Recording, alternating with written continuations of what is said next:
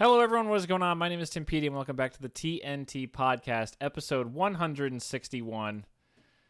We're back with the original crew.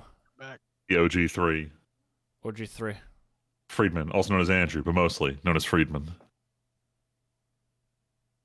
Only Damn. Tyler. I was going to say, Freeman jumped ahead of me saying on the right or on the left, so I mean, we're Oh, sorry. I was No, the simple structure's yeah. funny. I'll just introduce myself now. Anyway, let's kill the terrible silence here and let's start talking about some random shit that's going on. Yeah, so we got a little bit of this kind of closed out like right after the last podcast, but so we talked about last time how Wizards had been like, hey, you know how we kill Dungeons and Dragons? We make everyone think Pathfinder is the hottest thing around because we threaten people with stealing their money. With the updates to the open gaming license. And Wizards, shortly after last week's show, or 2 weeks ago show, basically realized, because last time we talked about how Wizards was like, you guys didn't win. We all won. You guys won and we won. The stupidest thing ever. So everything was still terrible after that.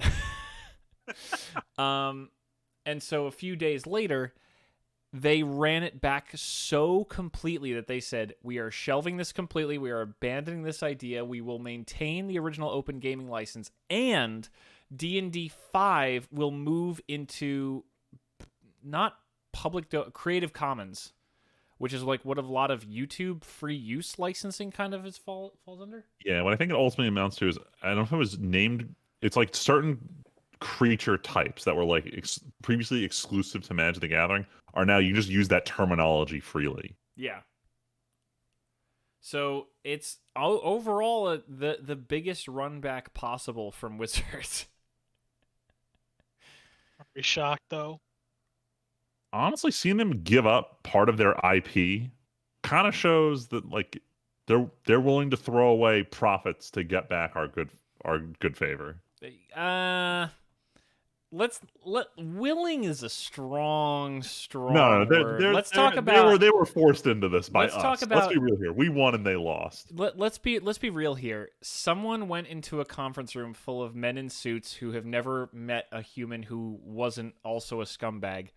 And someone walked into that room and went, look, D&D Beyond subscriber count is tanking. And they went, oh my God, who could have predicted this? This is totally unexpected that people don't like what we're doing. Fine, give the losers back what they want. And that's what happened. Because, this actually wasn't in the headline, but this did come up recently also on one of my Magic podcasts I listened to. So Hasbro had their earnings call like in the last 2 weeks. And Hasbro overall is doing terribly. And Wizards is making a lot of money. And clearly Hasbro is like, we need the money for the shareholders. we need to what faucet is, what well is still working? Oh, the Wizards well? Oh, well, just literally just throw everyone in town, go grab a bucket, and every shareholder in town go grab a bucket and try to pull some money out of this thing.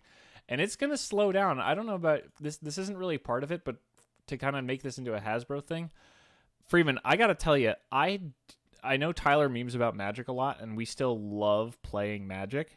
Yeah. But, like, I just cannot give much of a shit about a lot of the new cards that come out.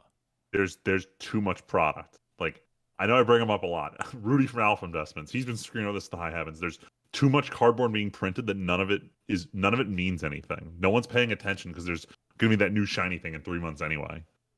And it's like killing my excitement of the product.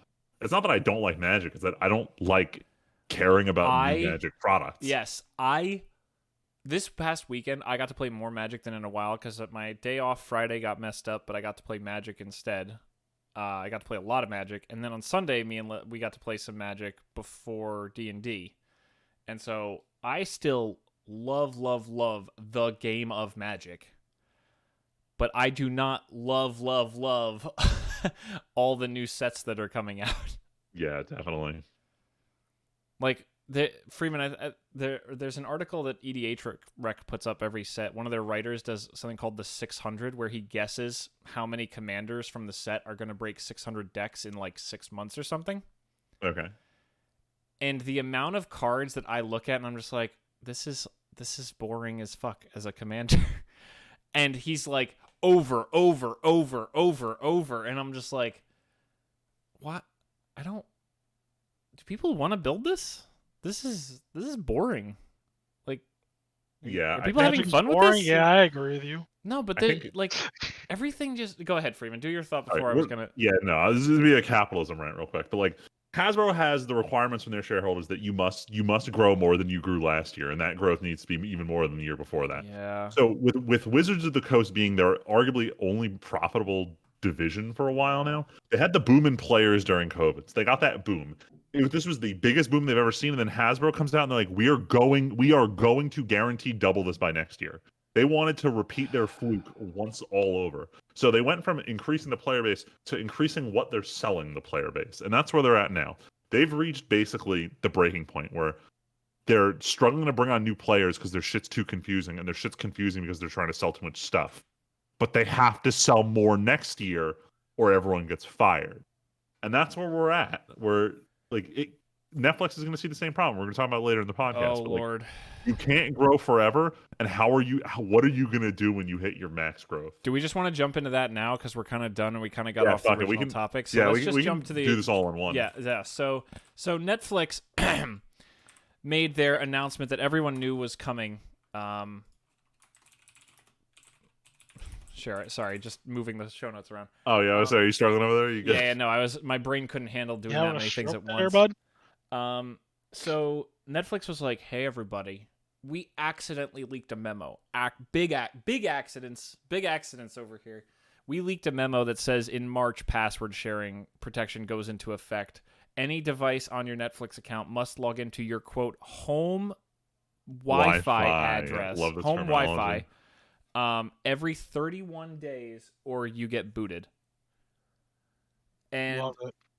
like, even beyond the password sharing thing, like, what happens when you're traveling for an extended time? What happens when you live on the road? What happens what happens if you're a student who's at college who uses Netflix from their parents?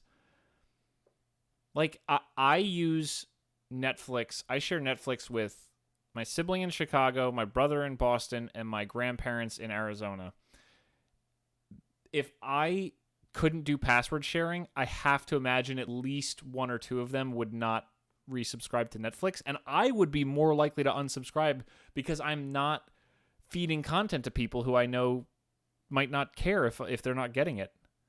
Yeah, their value proposition for a subscription goes down immensely, and they don't realize how many people are going to suddenly see their product as not valuable. I think the flip side of that, though, is every single streaming company is watching this so closely because no one else is really doing this yet. No. I can't help but feel this is very much like flashback to that one E3 where Xbox is like, your Xbox needs to be online at all times. And I said at the time, this is the future. I will absolutely stand by that. I said this is the future we're heading towards. Where companies want to have that access. And the flip side of it, though, it turns out it wasn't the hardware manufacturers that mandated it. It started becoming the games that mandated it. What do you mean? Like I don't need to be always online just because I'm on a PS5, but 90% of the games I'm playing are like, well, it's an online multiplayer game. You're going to need to be online for all this shit anyway. Yeah. Right, but that's what I mean. That's the future we went to. Xbox just jumped the gun being the hardware company forcing it, and everyone freaked out. But yeah, no one gets... You know, the what was the classic line of someone asking the head of Xbox, what do you do if you like on a submarine or something like that? And he said, buy a 360. Yes, no one says, you know what people say? Oh, I want to play Fortnite, but I'm on a submarine. Well, guess you got to play a different video game then. Like, it's the same thing. But no one freaks out about it because it's a single game. Whereas Xbox is seen as like the store. But anyway, we're getting off track. So Netflix announced, hey, this is what's coming. Or they didn't announce. It's supposedly leaked memo for March. And of course, the internet lost its minds because, rightfully so, this is a terrible idea that is only going to hurt Netflix. But this has been a rumor for a while. It was also a blatant lie. This is a memo that leaked. This was their new rules for 3 regions, where the rules still got rolled out even after this whole controversy. Yeah.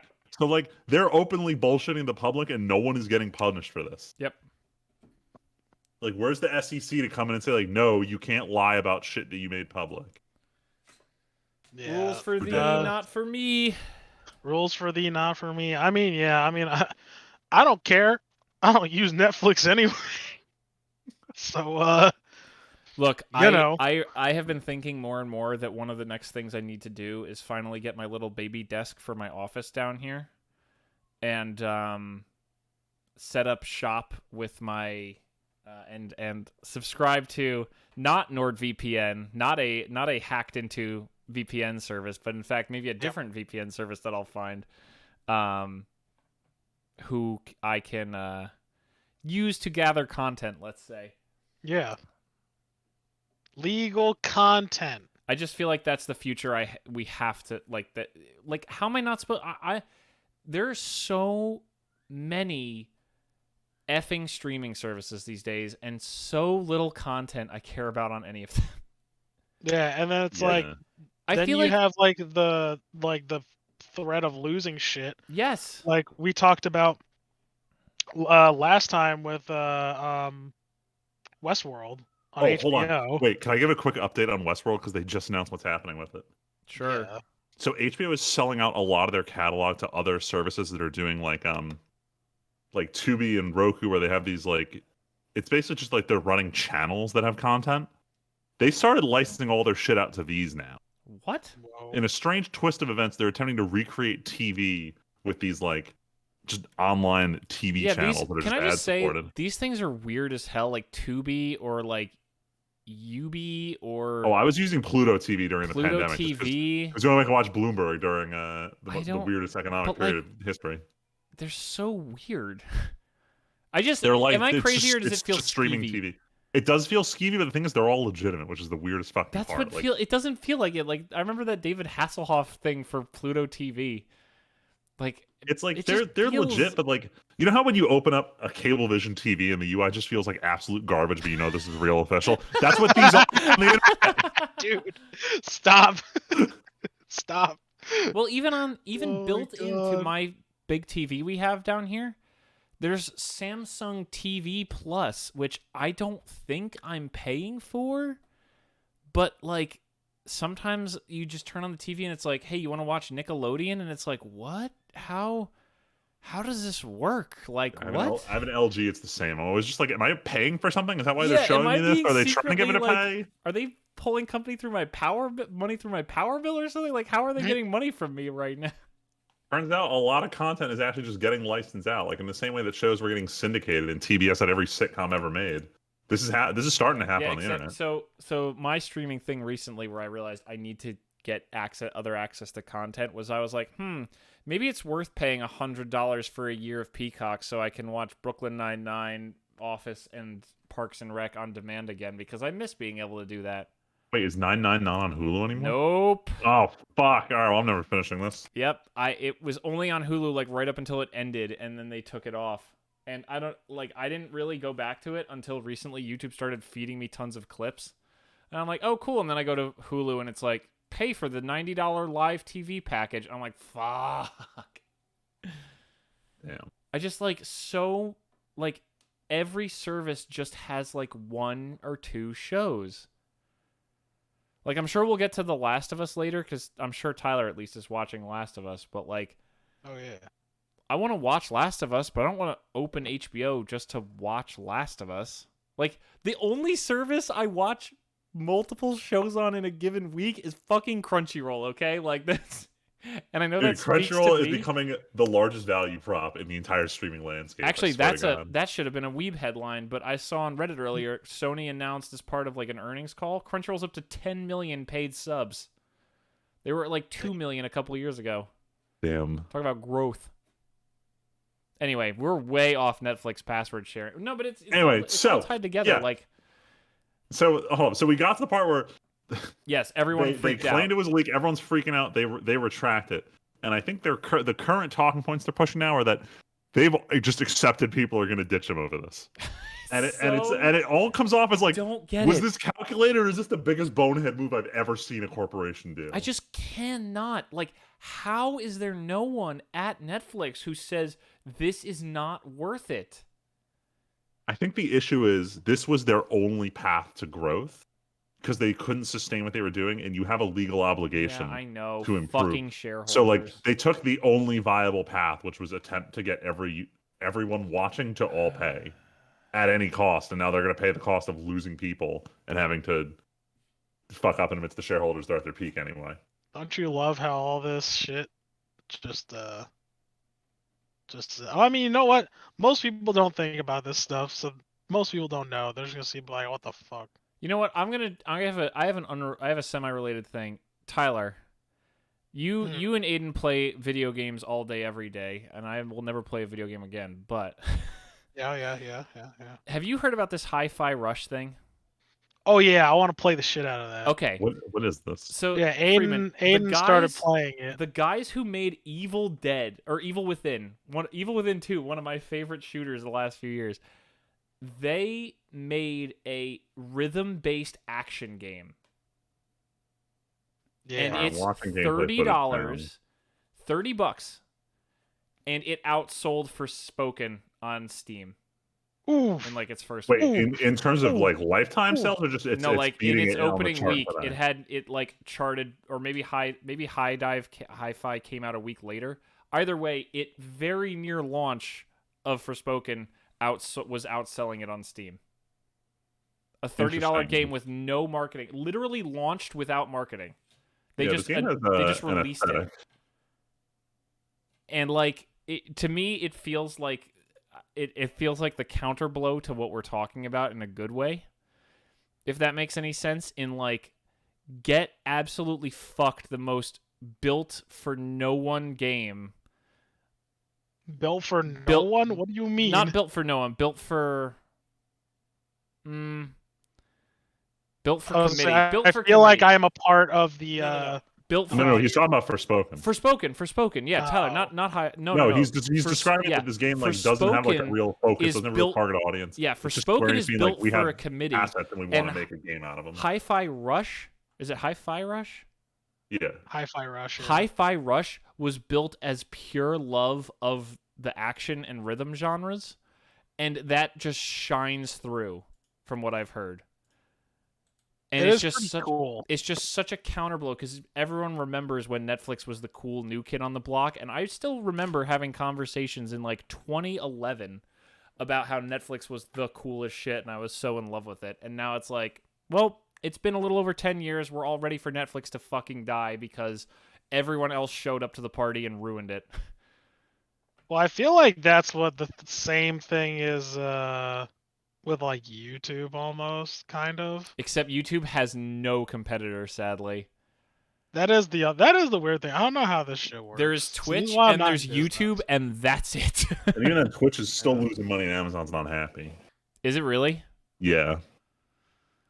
Oh boy. That's why they keep making awful changes, because they're trying to turn a profit, and they just aren't. You know what's so funny? I am like, that's okay. Twitch doesn't provide much. I don't love Twitch, but I don't like YouTube being the monopoly. No. I don't either. Competing. But here's Even the if thing that it's sucks. Amazon competing. Here's the thing that sucks. YouTube, with free internet stuff, there is no other source for content. Like, no one can do what YouTube does.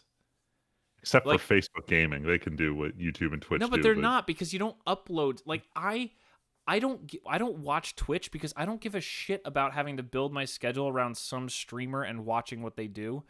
I want to watch I'm at the point where I would rather take my time to, sometimes sure, I'll watch a live stream of League, like Pro League, but usually I'm like, I will go to YouTube for edited content. So you can do that. You look at what Garn's doing with his streams. He's just turned them into his own separate YouTube channel. And that's why I will never watch him live, but I will always watch him on YouTube. But he doesn't have anywhere to put unedited content like that except on YouTube. That's what I'm saying. You can be a streamer and also still run a successful edited YouTube channel without having to create two sets of content. No, You just that's edit totally one at the fair. other. I know that's what most streamers do now. Most streamers edit down their content or at least re-upload it to YouTube in chunks or something like that. If you do a 4-hour stream, you don't put that stream just on YouTube. What was that sound? Damn, Tyler, you don't know this is the sound that YouTube literally plays out at you when you upload a file. ASMR for the YouTube upload sound. Right. Jesus Christ. All right, anyways. Speaking of having a monopoly. Hold on, wait. Did we finish talking about Netflix? We're up to date with what's going on. We're just getting angry at this point. All right. We're done being angry enough. Let's go be mad at Riot. Well, no, this isn't mad at Riot. This is almost feels bad for Riot. Yeah, let's go be mad for Riot. About 2 weeks ago, Riot announced, "Hey, we got hacked," and I forget when it was. Maybe it was last week. I don't remember at this point. Time is a vague concept when you have an 8-month-old. So Riot got hacked, and they're like, "Hey, no personal data got stolen, but we're investigating." Come out a few days later, and Riot goes, "Hey, so the source code for League of Legends, Teamfight Tactics, and Valorant or something else, I think at least League and one of the other games got stolen." And Riot goes, "Hey, we're not going to do anything about this. Like, good luck. You know, we're investigating, but we're not planning on paying any demands. And this is just what, it sucks, but we're doing the best we can to kind of rebuild our internal infrastructure, and we're going to get through this." Come to find out that the ransomers were asking for $10 million from Riot to get their source code back. Jesus. The amount of memes on Reddit about why would you pay $10 million for a pile of spaghetti? Yeah, they might as well tell the hackers, like, good luck reading it. Dude. Because it, like, with the launch of Wild Rift, which is the mobile version of League, and everyone talks about how beautiful all of their stuff is, like all their skins and everything are, Riot has constantly been like, dude, try doing anything in this fucking code. The last expensive skin I paid for, like 8 years ago, the Prestige Lux Lightbringer skin, where she transforms she's like an elemental skin, where she has like 4 elements and they can mix and match 2 elements to change into like, so she has it's a total of like, what does the math say? Like 4, 3, 2, 1. It's like 10 or 11. 24. No, combination, but they're not unique. It's like fire and lightning, or fire and grass, fire and water, water and lightning. I'm bad at math now. It sucks. Whatever. Wait. She has like 13 different models because of this. And Riot was like, we had to literally cheat our code to make this skin physically function. You shouldn't be able to do this. We will never build a skin like this in League ever again. Goddamn. Because it is like it is so a house of cards. And so that's why it's funny that all these memes were like, what are you supposed to do with this? Like, who cares if you have the source code for League? What are you going to do with it? But yeah, so a bunch of like updates and stuff got delayed from Riot. Like I think League's patching is a little behind right now. And they were already not doing so hot off of... Did I talk about the whole opening season disappointment? I think I did. The cinematic and everything. I think I did like 6 weeks, like 3 episodes ago or 2 episodes ago. Yeah, but I feel like we've been disappointed about every cinematic they put out lately. No, this was the super crushing start of season 1 that looked like a Unreal... Yeah, because I said it was like an Unreal Tech demo where someone just flew around the map model and that was it. Funny enough, they put out a trailer today for an update to a character named Aurelian Soul, and it's 5 times better than the trailer for the season. Damn. Anyway, so there's not much else to it. Riot said they weren't paying the ransom. I haven't heard anything else. I haven't seen anything else, but it's just wild to think that like one of, not the biggest, but certainly one of the largest esports companies, like, can you guys think of games other than like Fortnite that have a more successful esports scene than League? Like Dota's international is a lot of money, but Dota isn't nearly as popular esports day-to-day wise. All the franchises I think of PUBG, were big before League got to be as big as they are now. So I don't know. Like it's very few have topped League at its peak. Actually, you know what else is big? Valorant, but they're also a league. Is Valorant actually bigger though? No, but they're putting a lot into it because it's bigger in North America. Gotcha. But like internationally, League is still like in China and everything. League is still huge. Can I just say I don't know who's streaming, but someone is streaming just chatting on Twitch, and it's at 459,000 viewers, and no video game is breaking 107. Oh, which VTuber is it? Let's go to just chatting and see who it is. It doesn't show how many viewers there are. Is it Iron Mouse? It's not Iron Mouse. Oh, 78,000 viewers for Kai Cenat. I don't even know who these people are anymore. I just don't watch Twitch at all, so like Mafiathon Day 7, Black History Month. Click here, the biggest dwarf subathon. Wow. Now I won't open Twitch for another year or so. Look, man, this is just a culture that you're not part of. Don't hate it too much. Nah, I like hating on it. It's fun to be the old man sometimes and be like, this is dumb. Oh yeah, that's me every day. See, that's why it's not me every day. I choose my battles. Nah, you gotta stay hip and with it. You gotta keep with these VTuber Zoomers. Nah, man. Freeman, go watch an anime about an anime girl pretending to be an anime girl. Dude, when it comes out, I will. Jesus, I hate it. I will gladly watch that shit. Speaking of gladly watching that show, there's a show that can get you canceled if you stream it on Twitch, and that show is called Hogwarts Legacy. What? No, I thought you were about to skip over and talk about something else. Did you not hear about this? No. Talk about Hogwarts Legacy. This isn't worth what I had. Isn't worth discussing. Talk about how the game is.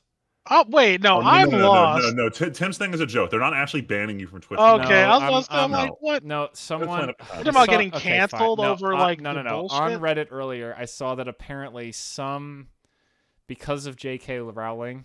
Oh God, this some organization or some group or something, some group of advocates for LGBTQ made a website that literally people can go on and put in the name of a Twitch streamer, and it will tell you if that streamer streamed Hogwarts Legacy. I love it. This is what we do with our time as a human race. Yes. So anyway, yeah. Here's the thing I don't understand. And so I'm about to get our podcast canceled here. So I would like to play this game, but I do not agree with J.K. Rowling's political views. In a normal circumstance, I wouldn't give a shit what the creators' political stances are. But I think the concern is that J.K. Rowling donates a lot to certain organizations, to which I will fire back with the counter argument: just donate more to your pro-trans feminism organization. Well, that's if J.K. Rowling's gonna make 6 cents, donate $5. So some big YouTuber who I've heard of, because they did a video with Donkey one time, but Girlfriend Reviews was streaming it saying any donations we get goes to the Trevor Project, and they got hated on so much that they basically she apparently freaked out and almost started crying and canceled the stream. Damn. It's like, oh. Girlfriend Reviews, I like them, but they can be kind of extra sometimes. Oh, I'm sure.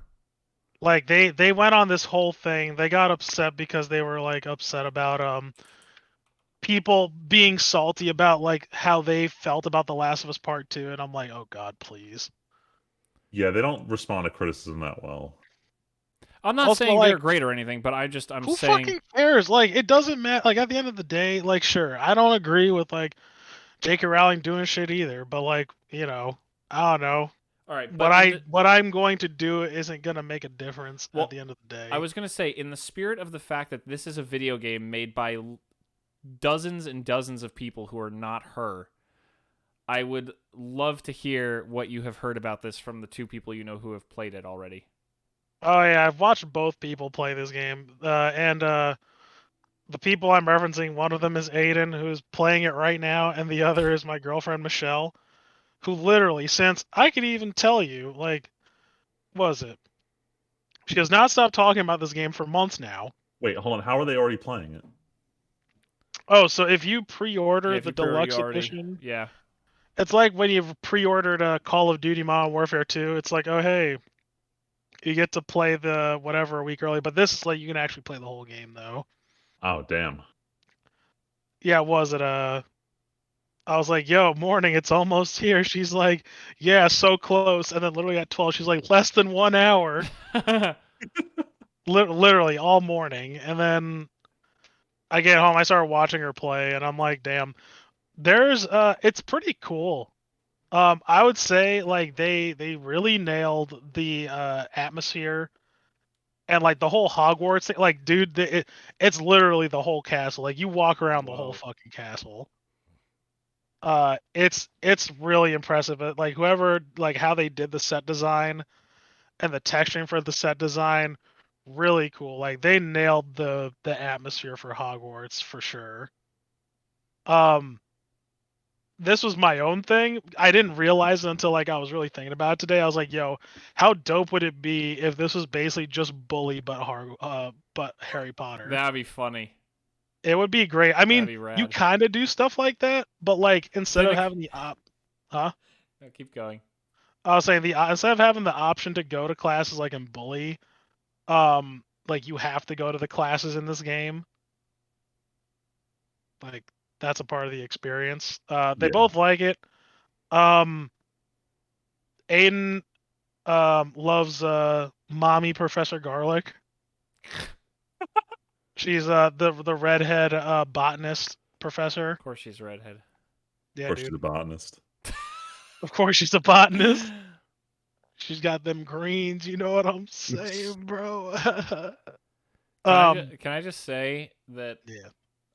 you talking about bully Tyler, I feel like putting out a game where you bully other wizarding kids in Hogwarts probably wouldn't be so hot would probably be even more slammed right now. Oh yeah, it would be awful. Like, get the fuck out of here, and then I don't know, you bully them because they're gay or something like that. I don't know. Oh J.K. god, Rowling no. approved. Oh J.K. hey, Rowling. headline. Zoom is laying off 15% of its workforce because every tech company is shedding people right now and everyone's having terrible times right now. Almost not news. Anytime you hear anything about like we had a bad quarter, expect like massive layoffs now. It's like Wow, the clockwork at this point. CEO actually also cut his salary for the year by 98%. That's pretty good. What a not terrible Ooh. person. Anyway, back to What is he? back to Yeah, right. Hogwarts earning big money for Warner Bros. Yeah, right. And J.K. Rowling. Y'all can be mad. Big money. I honestly don't really give a shit. It is what Oh it no, is. why am I Are they both playing on PC? Yeah, they're both playing on PC. They're both Michelle, like, she's very particular. Like, she is noticing more of, like, I mean, she is like seeing dips, but she's refusing to go down below ultra. I will say, did you guys see like the recommended shit for this No, but game? I heard No, I didn't. I feel like you say that and I Hold heard that it on. was pretty rough. My man, they recommend 32 gigs of RAM. What the? Am I I'm Yo, like, finally being we never priced out start of gaming? optimizing again. no, dude, it's just Hogwarts Legacy. It's the lighting. Like, dude, there's so much, like, the Ray lighting. tracing. Well, no, so here's the fucked up part, right? No way. I Oh, is looked there at no ray both. tracing? No, there is ray tracing. They're recommended as a GTX 1080. Yeah, How? they're recommended. All right. Oh, I'll take that. I'm at a 1080 Ti still. Yeah, I mean, but like, that's a lot You know what's the flip for side? the Is it average though? person. Because my graphics card is like 4 years old at this point. Tim, you'd be surprised. Like, it comparatively, it's like, just even though it doesn't do ray tracing the best, it's still like a very high tier card. Oh Like, I no, don't. I'm not saying it's not, but like I feel like I'm ancient history because of how many graphics cards have come out every 5 minutes since I bought mine. Sure.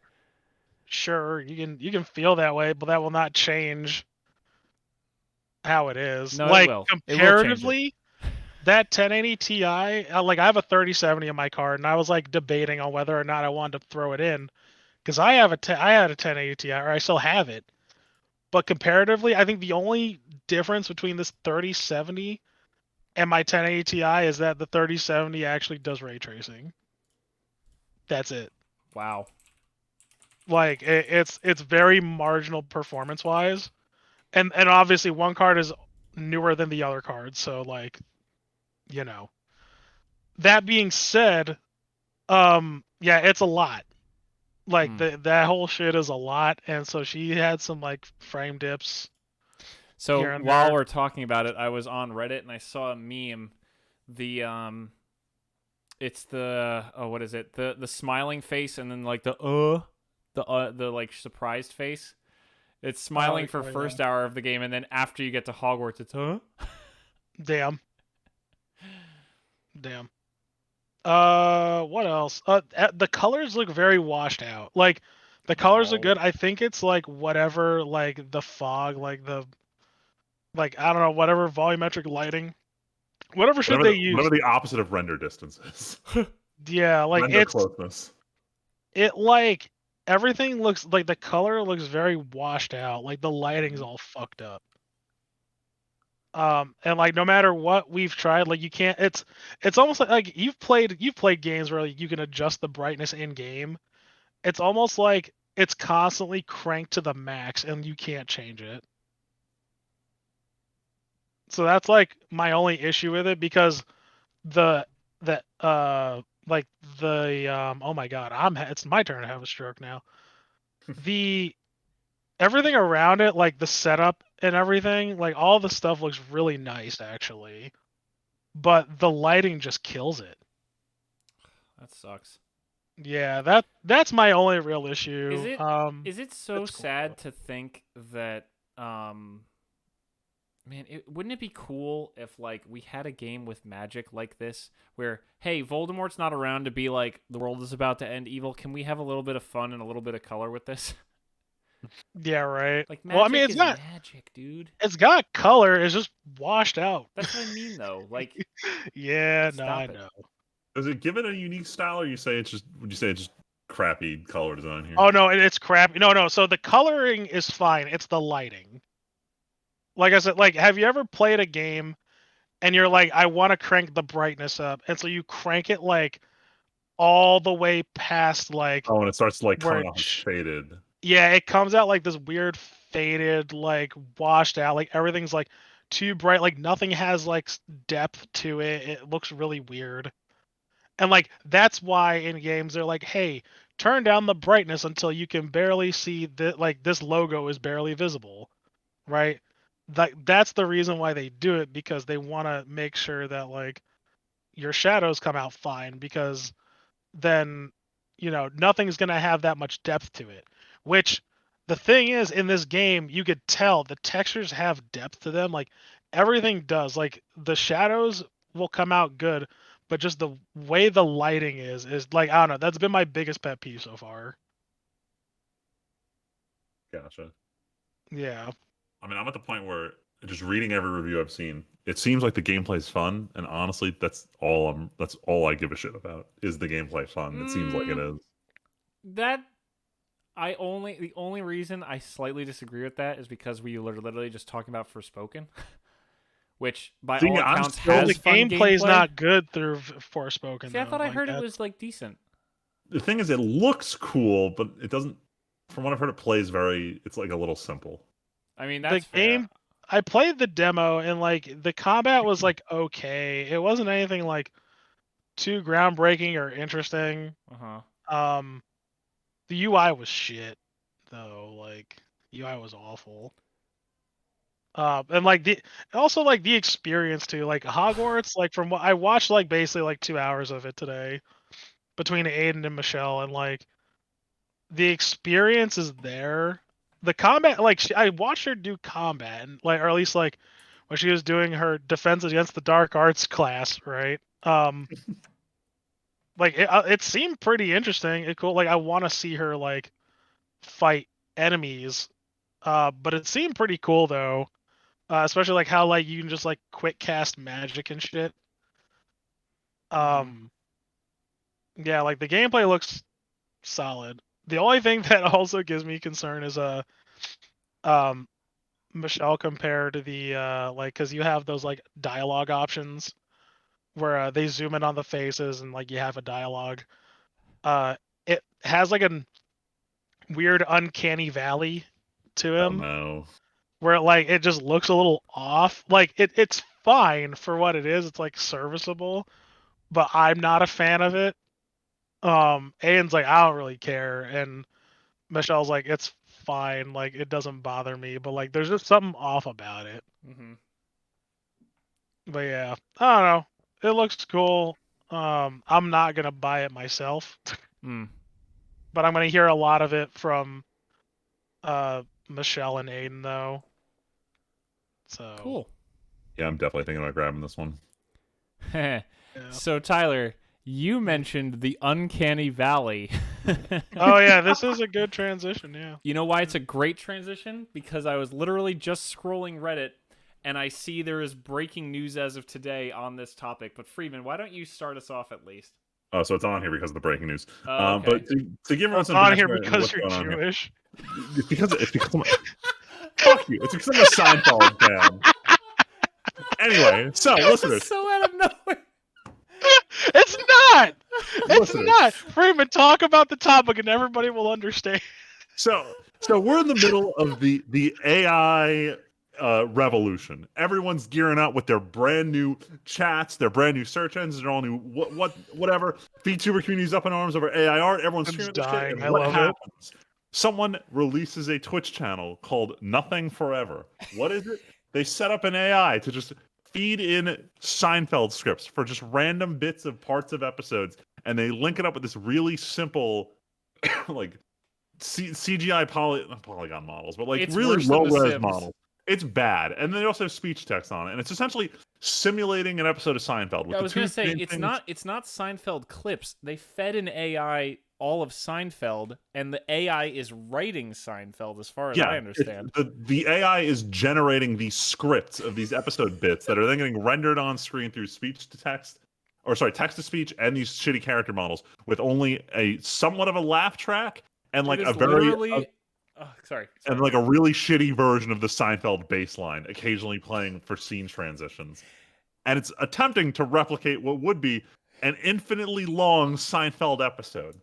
It's honestly, it's not. So I watched a little bit of this. I tried watching it and I couldn't. I watched an couldn't hour find of it. It is not that funny.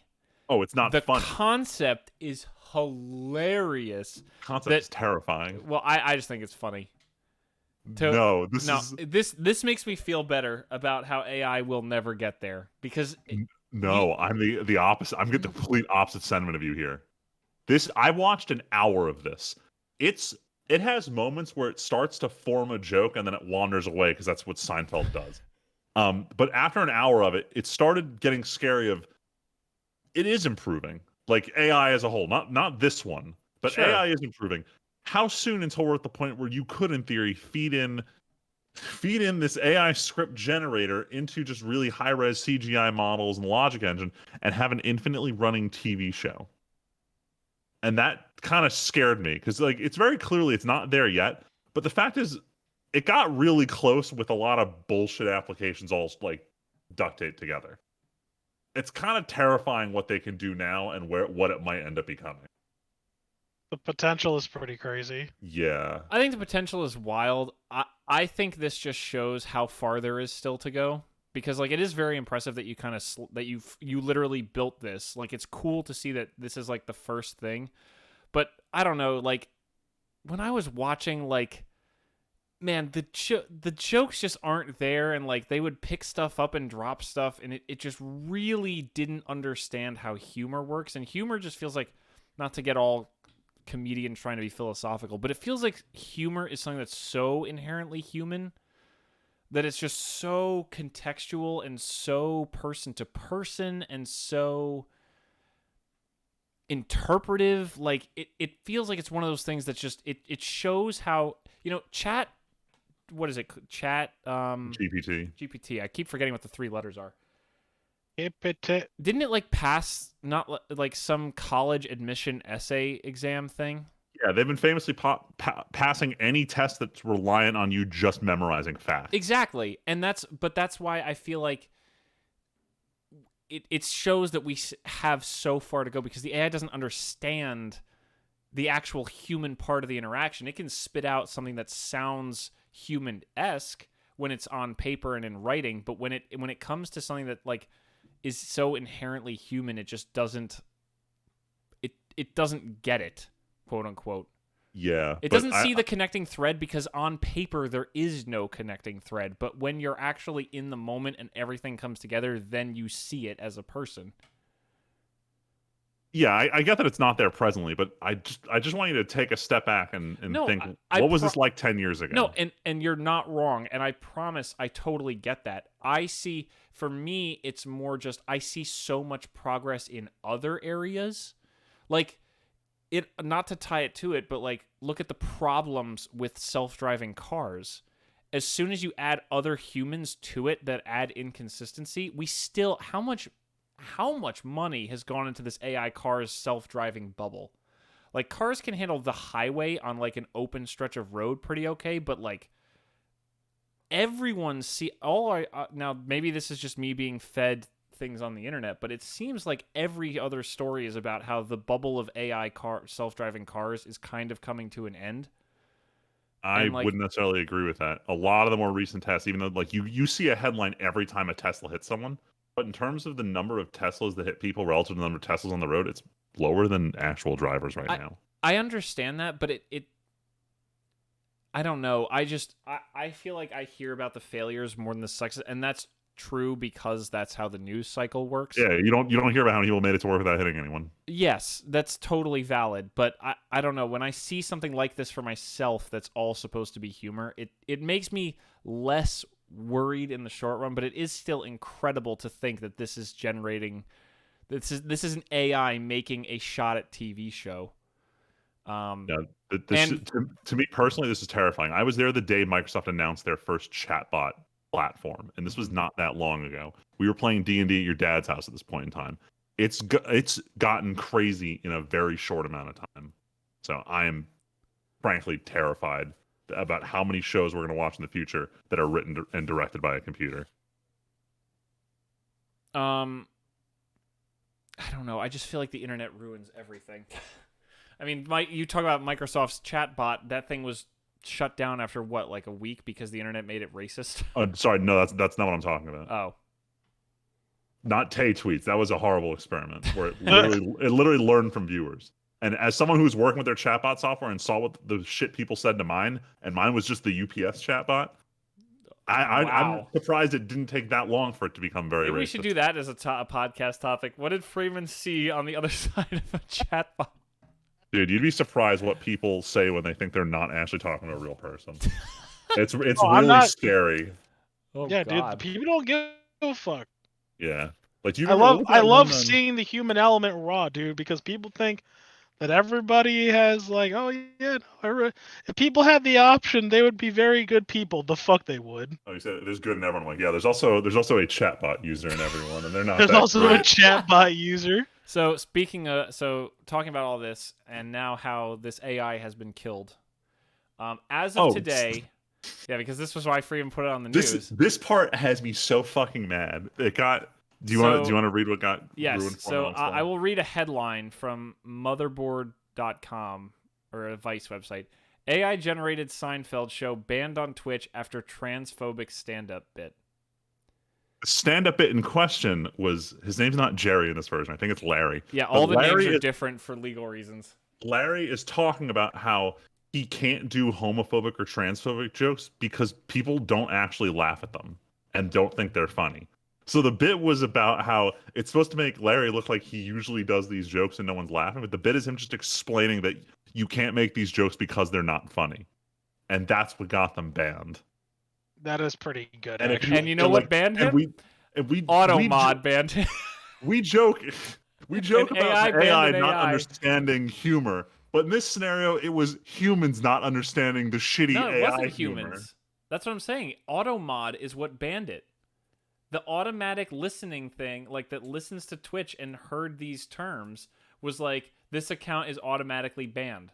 You mean to tell me the anti-transphobic AI beat the jokingly transphobic AI? Yes. Whoa. Literally, the AI banned the AI from Twitch. Damn.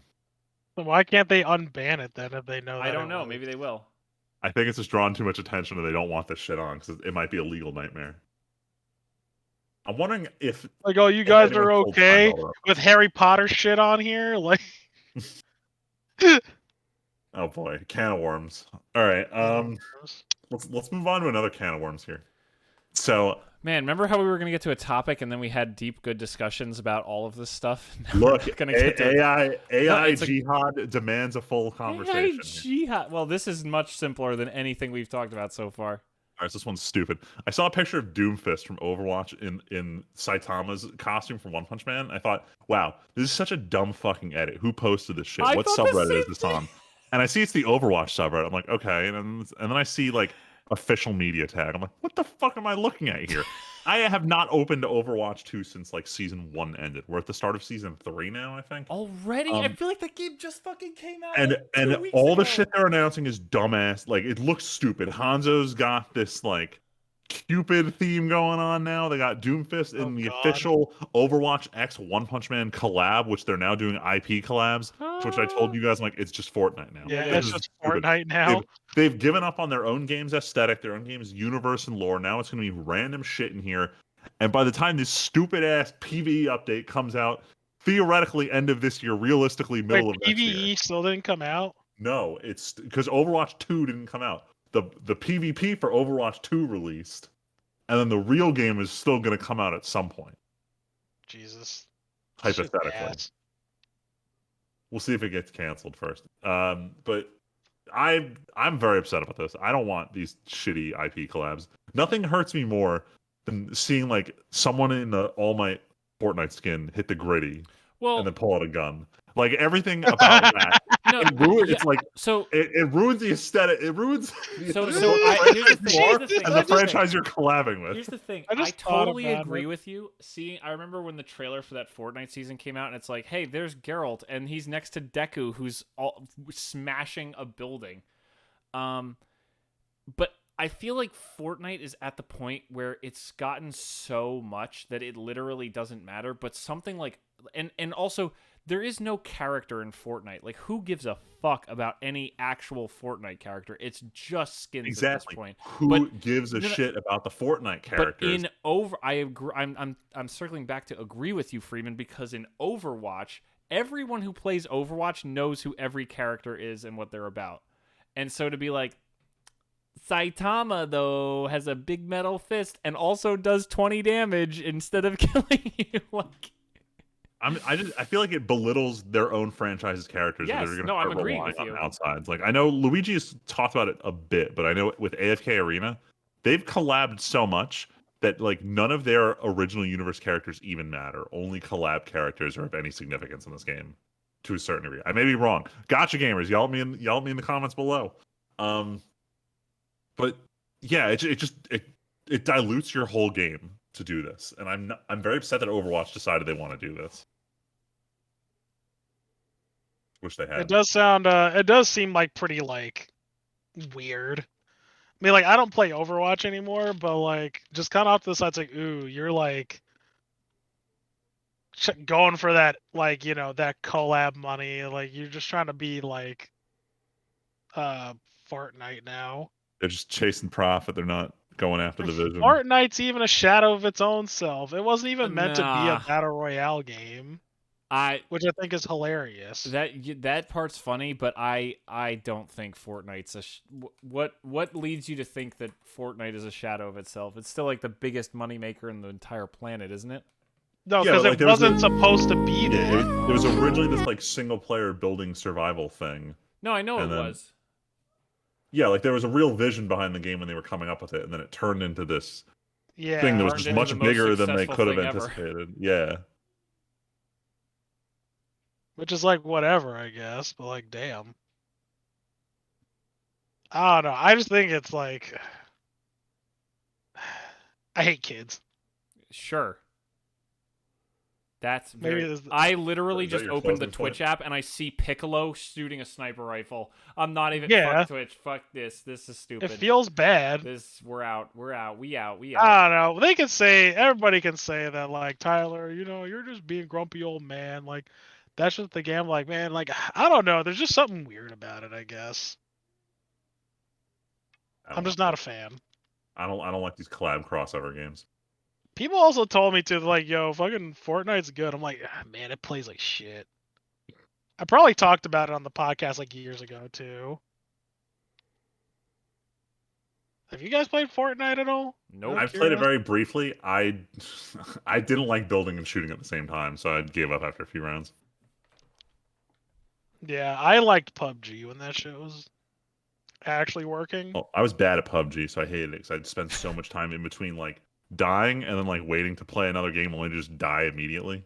Honestly, my only real experience with a battle royale like that was when we played Warzone, Tyler, for that like month or 2 or 3 weeks. Not. I know you played longer, but like where I was playing too. Yeah, I hear you. That was fun.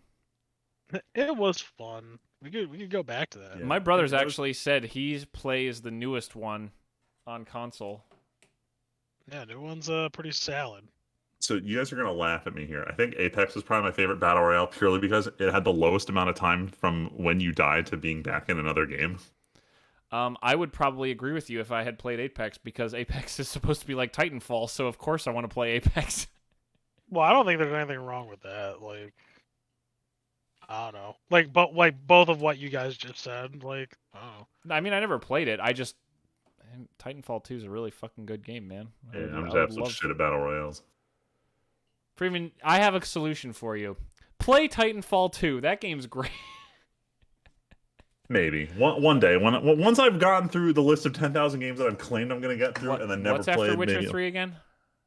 Well, hold up. So Witcher 3 is on pause. So I was doing Chrono Trigger, but I literally haven't gamed in 2 weeks. Oh yeah, that's right. You're supposed to be playing Chrono Trigger. Chrono Trigger, yeah. But I'm on pause, so I haven't had a chance to game. But let's keep moving because we're actually going over on that's time. Fine. Here. All right. Is this even newsworthy? No, but I did want to bring up that Nintendo is going to be outlining a bunch of games coming out this quarter. At their direct tomorrow, or not quarter, at least the first part of 2023. The one thing I did want to talk about here, and everyone's really speculating, is the Advance Wars remake finally going to release? Because it got delayed due to sensitivity regarding the Ukraine-Russia military conflict. But like, it's been going on so long, you have to ask Nintendo, like, at which point do you accept that just like war never changes and you should just release this video game remake because no one thinks it has anything to do with Russia? But we'll see. I remember when that trailer came out and I was like, this doesn't really look like what I want to play. Yeah, it doesn't look like too great of a remake. Like, we'll get to it. I obviously haven't gotten to put much time into the Dead Space remake, but I have bought it and played, what was it, a half hour with you guys about? Yeah. Boy, even in that half hour, that game felt pretty good and pretty on point with Dead Space, and I don't think that Advanced Wars remake would do the same thing for me. Yeah, I don't know. I feel like it lost a little bit of the charm in the way it looks now. But either way, I'd rather it release than sit here in this unreleased. Sure, land. It should at least release, 100%. Yeah, but we'll get some announcements out of Nintendo. But since we started talking about one Japanese company, let's talk about the rest of them and start with the Weeb shit. Not a lot this week. Amazingly. Yeah, I said it before the podcast to both Tim and Tyler separately, but we're in that week where no one's announcing jack shit because the new season's kind of in full. It's happening now. You're watching the shows you want to watch. You don't really give a shit what's on the horizon until 2 weeks from now when that one studio's gonna be like, hey guys, you should give a shit about what's coming out in 5 weeks. And then everyone will start announcing random crap about the upcoming shows. I or just stuff realized for the season after. that I put 2 of the 3 news stories for Weeb shit on this. Freeman, I actually beat Freeman this week in putting things in the Weeb shit. There was nothing. There's nothing worthwhile to talk about right now. Unfortunately, I think the last thing I put on, but it's even Freeman. What do you mean there's nothing worth talking about? There's Demon Slayer news. Demon Slayer's always worth. Jeez. Remember that one year where every week podcast I had to talk about Demon Slayer being a new box. Yeah, where every week it was setting a new box record. And we're back in it, boys, because the movie that is the End of Entertainment District plus 1 episode of the new season came out in Japan this last weekend and earned 1.1 billion yen opening weekend. Fucking Christ. Which actually, as big as that number is, isn't that impressive compared to the Mugen Train movie. Also not surprised given what this is. Yes. What is important about this movie? Tyler, this movie is the last 2 episodes of Entertainment District.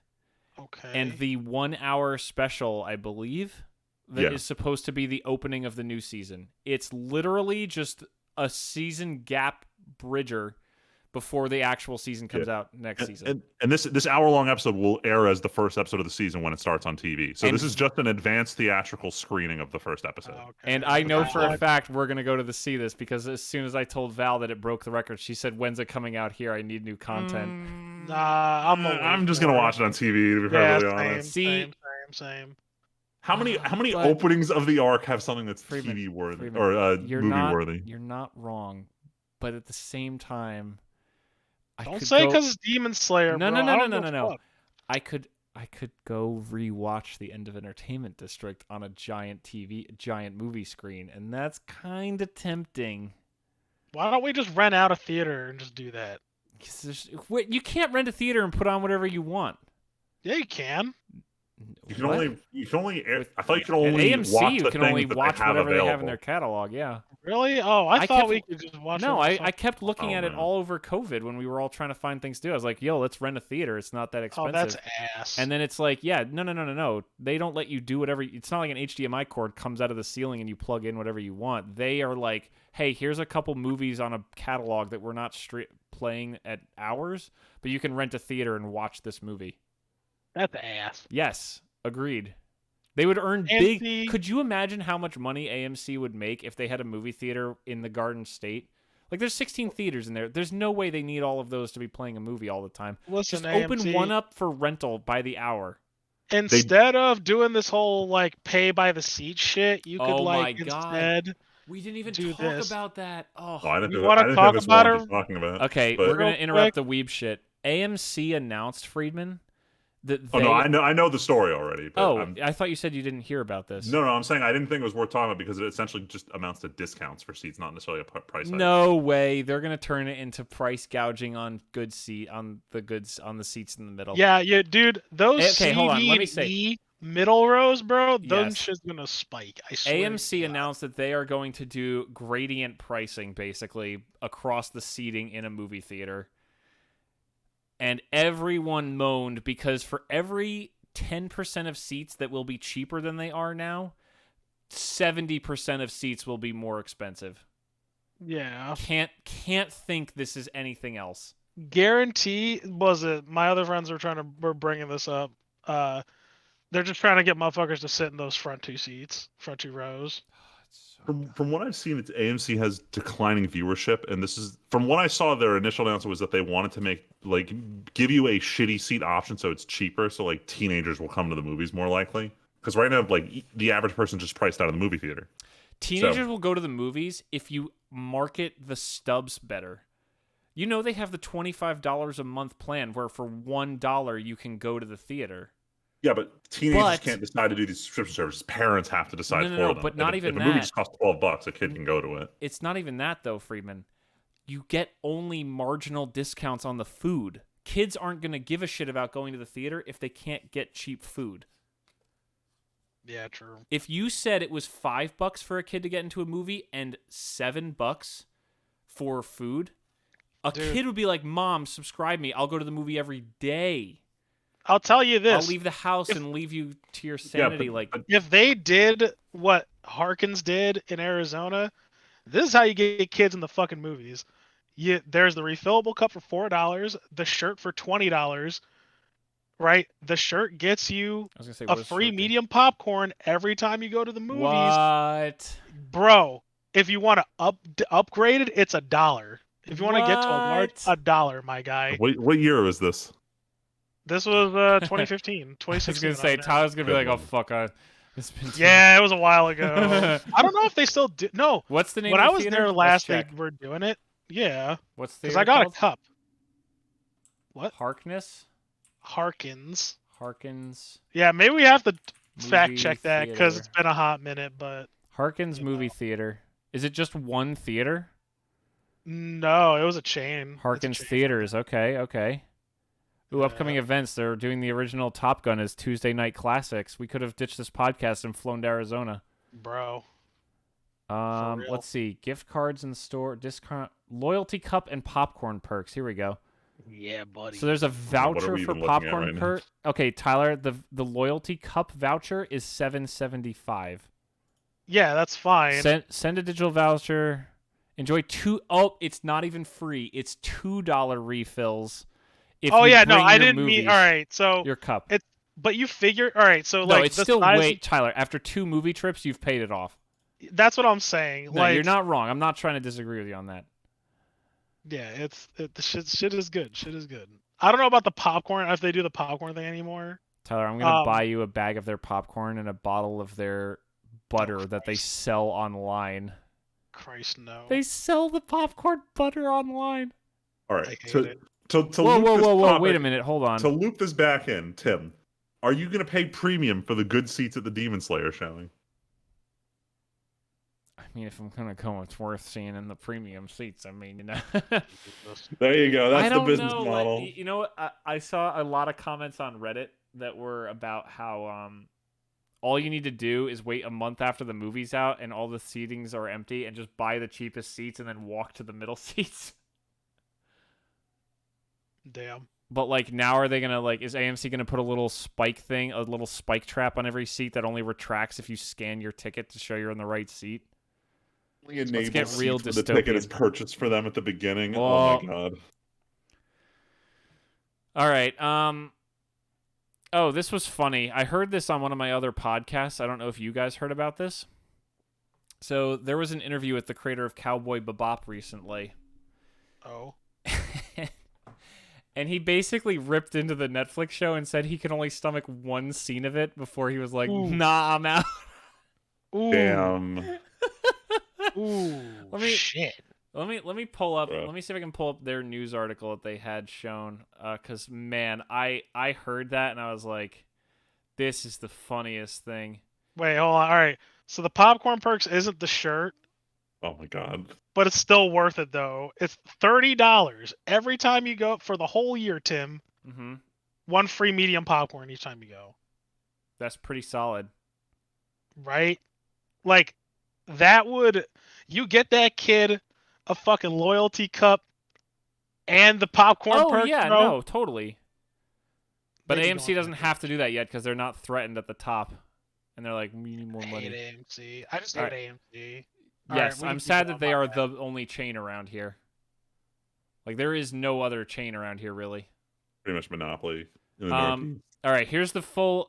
So there's a link on what is this? Boundingintocomics.com. For the new this is all quoted from him during an interview. For the new Netflix live-action adaptation, they sent me a video to review and check. It started with a scene in a casino, which made it very tough for me to continue. I stopped there and only saw that opening scene. It was clearly not Cowboy Bebop, and I realized at that point that if I wasn't involved, it would not be Cowboy Bebop. I felt that maybe I should have done this, although the value of the original anime is somehow far higher now. That's scathing. Ugh. Holy shit. All your shit so bad that the original looks better in comparison is He also goes on to talk about how he's hated Hollywood for a long time because when he worked on Animatrix, he got into like huge disagreements with producers from America. So yeah, he just goes on about how Hollywood sucked anyway. Damn. But man, just talk about the ultimate burn. The creator of something goes, well, your version makes the value of my version much higher. Damn. Like, God brutal. Damn, bro. Savage. Oh, man.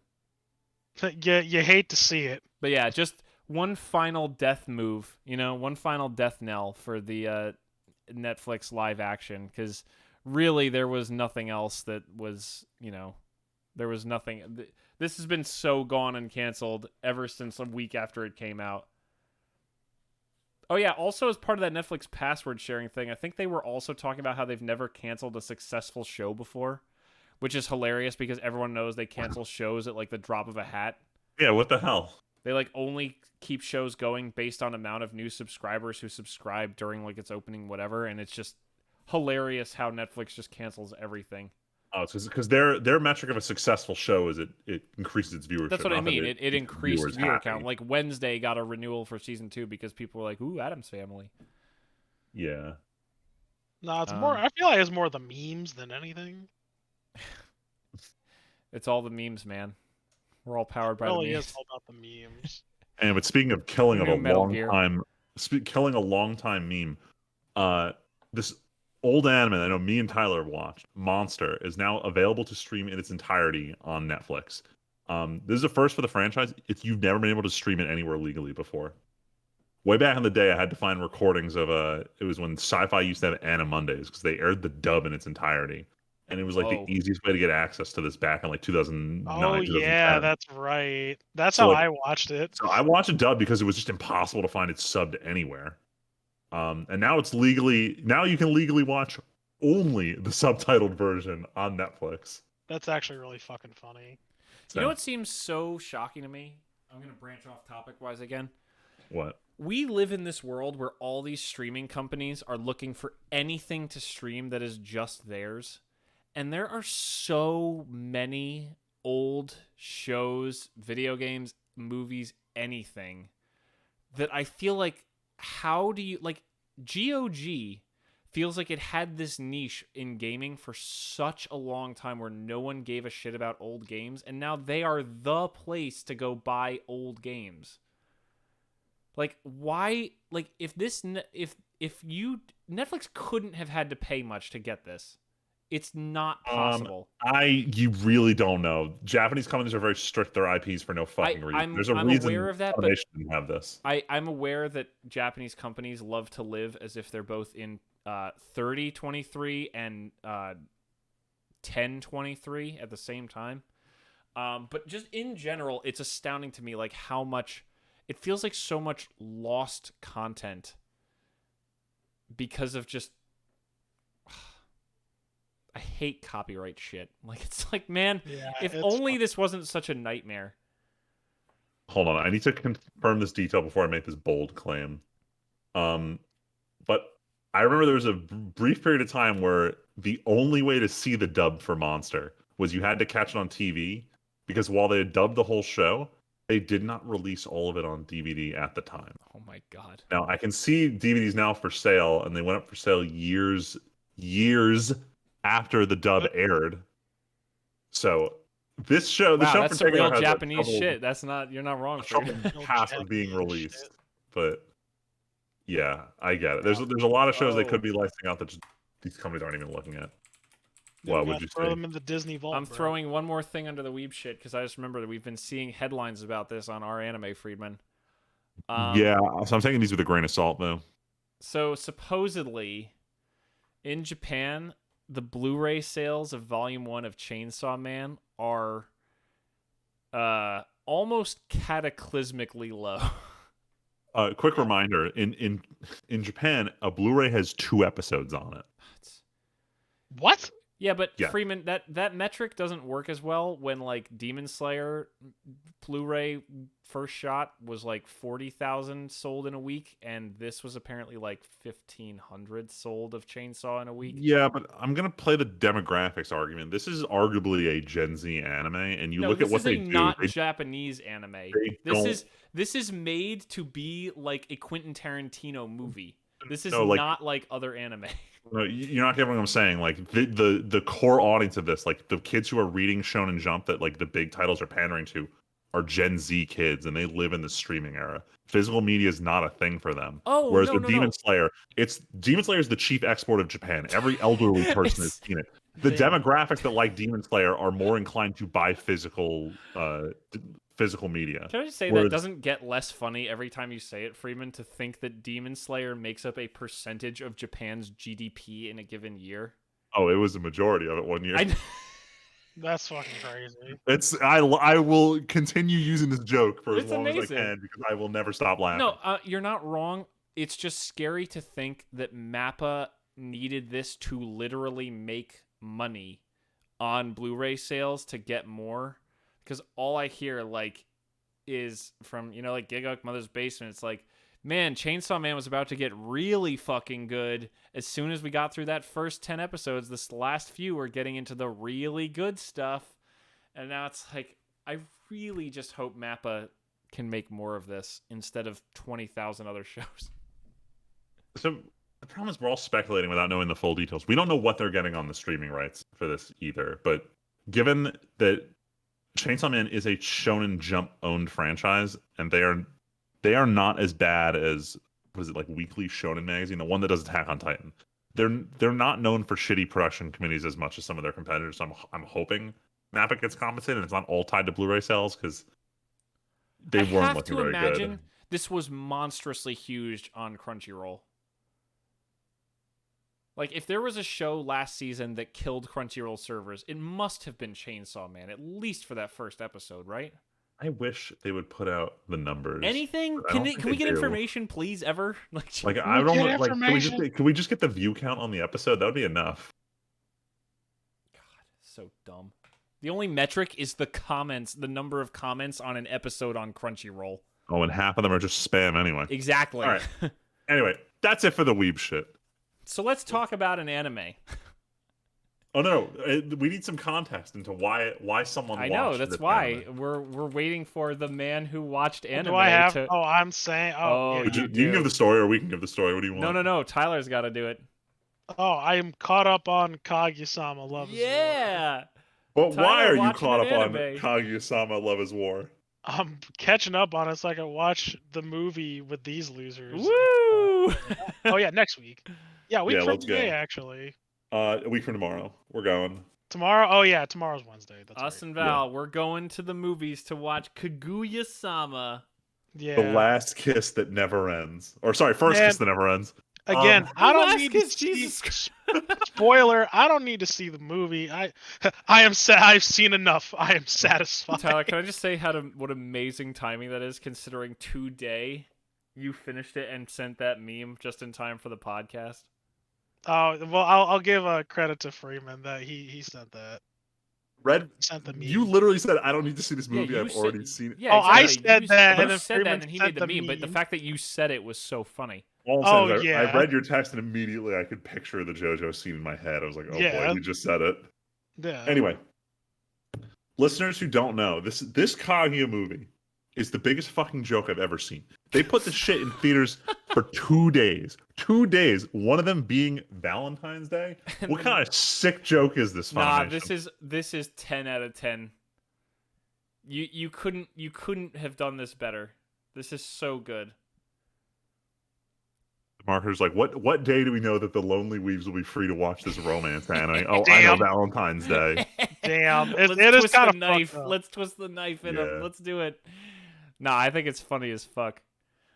Either way, we're gonna go see it. This is gonna be a fun movie. Yeah, I'm looking forward to it.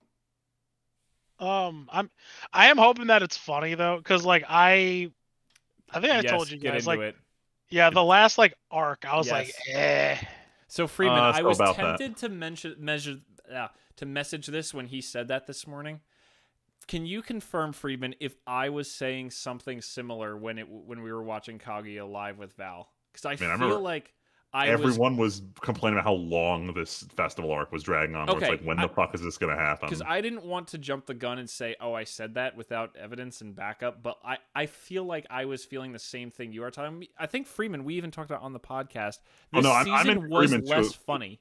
It went on too long. Like, the first half was classic Kaguya, and the last arc was like, spent just a little too long. Like, I understand they did it to give like Ishigami's arc some pacing, but like everything else that was happening around it was just going too slow. There's this whole like Chika investigating who's behind it that ends up going fucking nowhere. Literally, it was nice. We could have done without it.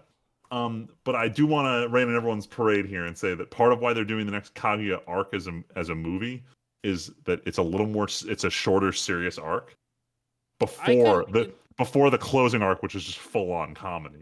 So it sounds like they want to save the comedy for the last season. For a season of show. I'm hoping that's what the deal is. I'm fine with that. It sucks to go from a show that's so funny, but at the same time, a movie is such a different beast from a show. Well, everyone's caught up here. Listeners, might be spoilers for season 3 in here, but like, if I remember correctly, the end of last season ends with like, the president still has to go overseas for school. Yeah, they haven't addressed what to do about this. Yeah. And that's going to be the big point of the movie. Well, I figure that's what. Yeah, of course. Is. That's literally the plot point we left on. Now, here's the question. This is much more important. Is the guy going to do another song just for the movie? Yes, he.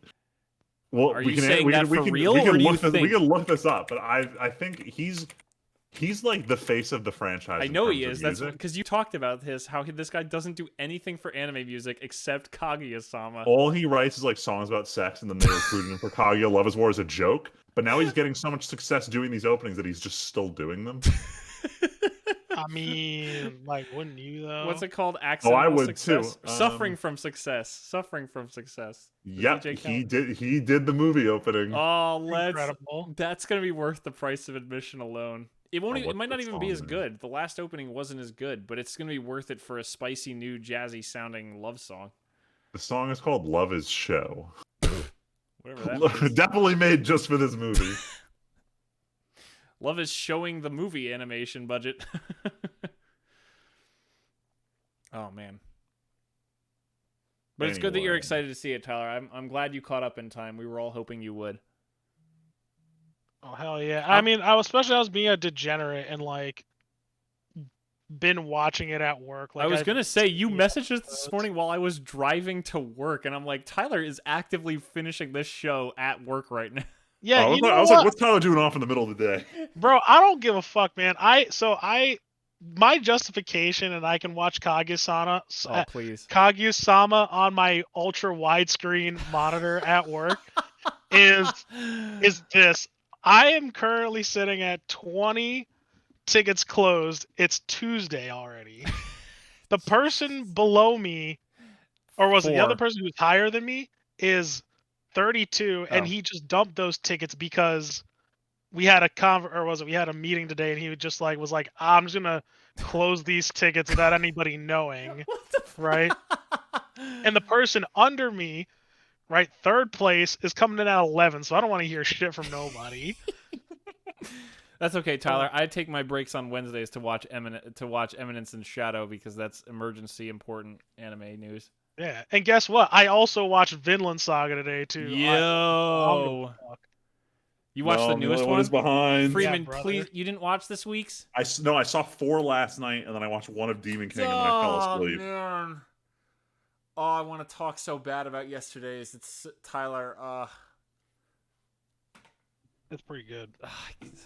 Oh, man. I know. This shit's popping off. It's so popping off, like extra popping off. It was so good. Ugh. Anyway. Yeah, let's get through this list. Let's get to other animated things that aren't anime. I bit the bullet because apparently the Puss in Boots Last Wish, whatever streaming service it had been on, it is no longer on. So I had to blow $25 to rent it on YouTube to watch it with Val and her sister. $25 for rent because it's in theaters still. It's basically. Oh shit! I didn't know they priced it like that. Yeah, it's basically a movie ticket and a half. From that perspective, I saved a bunch of money, but from the other perspective, fuck, that was a lot of money. But luckily, The Last Wish is really good.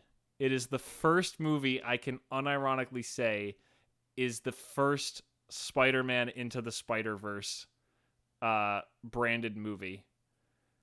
They even Val and her sister, not even, but like Val and her sisters were even just commenting out without me saying anything, like how the animation was super smooth and the action scenes were really stylized. This movie feels like someone watched Into the Spider-Verse and was like, I must make this for myself. It is so slick and so smooth. It's not quite Spider-Verse just because I don't care about the story as much because at the end of the day it is kind of a little more of a kid's movie. But even then, some of the jokes were pretty funny. The dog character is pretty good. And just, the wolf is such a terrifyingly good villain. Tyler, you also saw this, not at the same time. What, Puss in Boots? Didn't you see it? No, I was asking you about it. Oh, no, Leslie saw it. Shit, that's right. Yeah, Leslie saw it. Yeah, no. Wait, let's see. Is it on? It's not. Do I have it in my repository? Tyler, I think you would definitely enjoy this. It is fun, and it's amazing for me to say this for a kids movie. the scary guy is really genuinely like I was laughing at how much I was enjoying how creepy the villain is. Damn. And also it feels like you're in an action game. Like there are active moves going on. Okay, yeah, I do love how it's called The Last Wish. I'm like, the fuck? This ain't The Witcher. It wants to be though. No, it's literally just a gimmick for the movie. It's the plot point for the movie. Also, I didn't realize this. A secondary villain is played by John Mulaney. Oh. Not really. Yeah. And that was pretty great. The whole cast of characters in this movie is pretty awesome. Even Puss in Boots, Antonio Banderas does some like it kind of tackles not serious issues, but like, you know, did you guys see trailers at all for this? I did in Bits and pieces of theaters. animation for it. So the whole concept of this movie is Puss in Boots has died 8 times, and he will die if he dies again. So he's like, I gotta hang it up and retire. And then there's a wish that can grant that I can use to get all my lives back and be the invincible badass. And if you think about it in a more adult context, that can really lead to some like introspection and stuff. And they do a pretty good job with it. So I would definitely, if these scenes ever come to YouTube, I will probably go look for YouTube clips, or maybe I'll just watch the YouTube because the rental lasts for a month. I would definitely go back and rewatch some of these action scenes. They were really, really fun. And it just makes me more excited for Into the Spider-Verse to come later this year. I've seen a bunch of meme clips where there's like one part where he's fighting on top of a roof and everyone's like, this is Attack on Titan. There is some Levi on the rooftops level stuff. It's literally the first action scene, actually.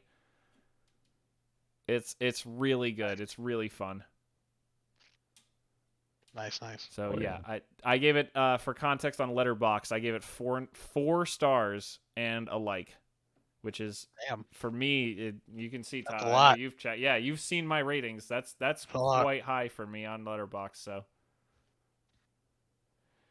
I'm like looking at my letterbox now because I'm like, I have to remember what I gave the movie I watched at the bottom here. Oh, I thought you talked about it last time because Friedman had talked about Allegiant last time. Did I? Isn't your review older? Yeah, you watched this. No, your review. No, I watched this last weekend. Not this past weekend, but the weekend fresh. before. Weird. Why? Wait, yeah, I was like, I definitely watched this after. Oh, sorry. I may have entered my stuff after I had seen it. Wait, no. You. Oh, that's what it is. No, Strange Worlds. No. Tyler, this is Strange Days. It's different. Wait, what are you talking about? I'm talking about Strange Days. Yeah. No. I talked about Strange Worlds. Letterboxd was thrown off because Freeman entered Allegiant later than. Oh, you're talking about on Letterboxd. I'm looking on Letterboxd. Yeah. Anyway, we're getting ahead of ourselves. Last other thing I have to talk about, which is shared with Friedman. We have been slowly picking away at shows with me, Freeman, and Val on Thursday nights, and we finally finished one of, I think Freeman, for me at least, ever since Mother's Basement, I think, mentioned this in a video a few seasons ago, like when this was airing. I've been watching ever since. I'm trying to remember what his name was. Glass Reflection has hyped up this show beyond belief. So it was one of these shows where I'm like, I have to watch it at some point. So we watched I almost said To Your Eternity. A place further than the universe. AKA Cute Girls Go to Antarctica. Or as I've been calling this joke, the Alaska show. You mean the I've been calling it Alaska by accident recently. Gotcha. Damn. Anyway. This show is not Puss in Boots, 4 out of 5. This show is a pretty good cute girls do thing show. It probably would have been better if we saw it when it came out, because maybe it would have been a little more week to week would have been better, but it just felt very like it wasn't bad, but it just felt kind of like run of the mill. It feels like the kind of show that if you watch it as your first one, you think it's pretty great. Like for someone that's the first cute girl show, they might think it's great forever. But for someone who's seen a couple, it feels a little uninspired. It's not bad in any way. Going to Antarctica is certainly a cool concept that no other show has ever even come close to that I can think of. Like a realistic journey like that is not something a show that, especially about cute girls doing cute things, would target. Yeah, we end up learning a lot about Antarctica from this show. Yeah, but the actual like conflict between characters and the character developments and stuff like that, a lot of that doesn't feel that surprising. And even the group dynamic, I feel like it's getting tiring to have the main character who's klutzy and dumb but has a heart of gold, the quiet one who doesn't think they're all really friends and thinks they might leave at any moment, the super overexcitable one who makes all the jokes but secretly hides how scared and lonely they are, and the one who's just quiet, like kind of steadfast but has their own reasons and is just kind of brooding sometimes but isn't actively like edging away from them. It just doesn't feel that exciting. Especially, we're not going to get into it because we haven't finished it yet, but when you compare it to our current show of Bocchi the Rock, oh, it's night and day. Bocchi is a breath of fresh air that Tyler might even enjoy, with how I think Gigux said it best on his live stream video recently, Freeman, or when he was talking about his anime of the year, where he was like, sometimes I'm just laughing because this is too relatable. Yes, it almost physically hurts.